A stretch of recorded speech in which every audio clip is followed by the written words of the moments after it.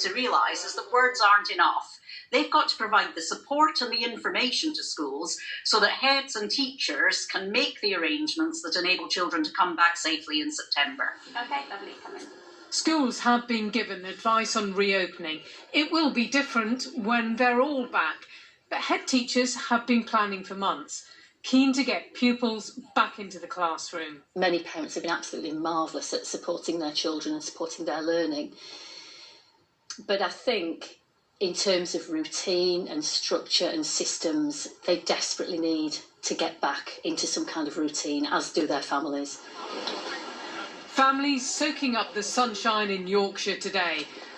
After months of juggling at home, parents are turning their thoughts to school.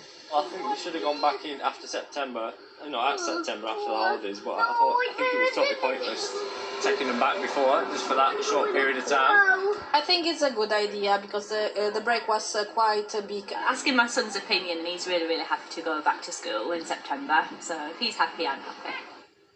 In Scotland, schools will reopen this coming week. With Aberdeen in lockdown, there's a similar debate. 16-year-old Eddie knows he has to be ready for Highers next year.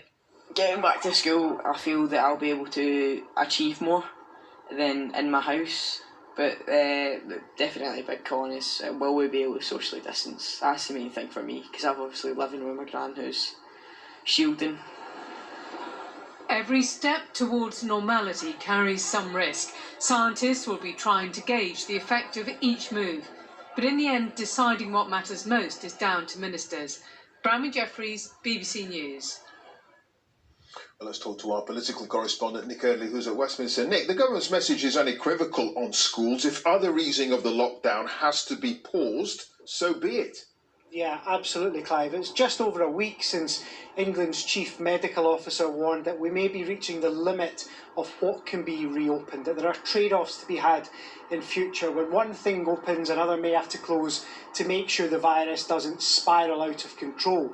And Boris Johnson has now made his choice, making it clear in meetings in recent days that schools are the priority, that if needs be, when it comes to local lockdowns, he would rather see pubs, restaurants and shops closed than classrooms, that schools should only close again in extreme circumstances. Now, there has been criticism of the government for not doing enough to prioritise young people at the start of this crisis, for not doing more to get them back into schools before the summer holidays. But Boris Johnson has made this a key test for the government, talking about that moral duty to ensure all students are back in schools in England next month, telling nervous parents that the government now believes that the dangers of not being in school are greater than the potential harm that could be done to young people by the virus itself. Ministers have left themselves very little wriggle room on this issue, and it is now going to be a big test for the government to deliver. OK, thanks very much indeed for that, Nick. Nick Eardley there at Westminster. Well, the latest coronavirus figures show there were 1,062 new confirmed cases across the UK, excluding Northern Ireland, in the latest 24-hour period, with the average number of infections per day in the last week being 877. 8 deaths were reported today, taking the overall total in the UK to 46,574.